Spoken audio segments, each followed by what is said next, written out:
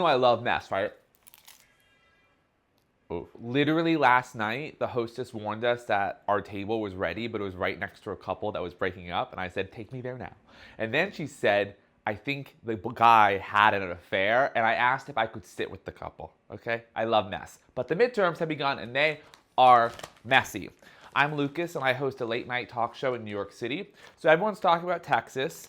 I've never been, but I watched all 5 seasons of The Real Houses of Dallas. So I'm not surprised by the drama, the shadiness, and the racism.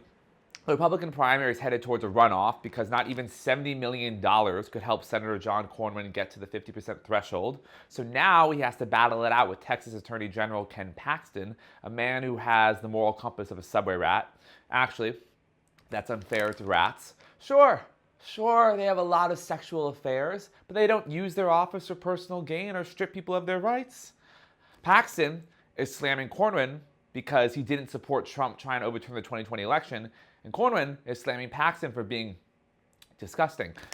Trump hasn't endorsed one of them yet. That man never ceases to put himself before others, but in this case... I love that. So a runoff election is usually smaller and more hyper-partisan, so it actually looks good for Paxton, and if Paxton wins, that will help the Democratic nominee James Talarico. Unfortunately, there was some bad mess because of the new voting procedures in the Dallas area that let hundreds of voters to turn up to the wrong polling sites. This didn't change the outcome of the race probably, but still so heartbreaking for voters and for Jasmine Crocket. I actually genuinely liked both candidates, and I will support Crocket whatever she does next. Bleach Blonde, Bad Built, Butch Body was the song of the summer a few years ago. She's a superstar.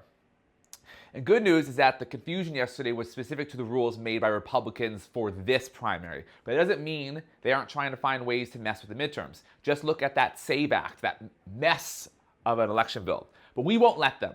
And I can't believe I'm about to quote Trump. But we have to make sure this election's too big to rig. So knock on the doors, get ready to vote. And now back to what actually matters, me. I have a show next week on March 11th, so if you're in New York City, stop on by. I'm not sponsored, but these are really good. Protein popcorn. Wait, what is that? Do I have the Trump rash? Am I dying too? No!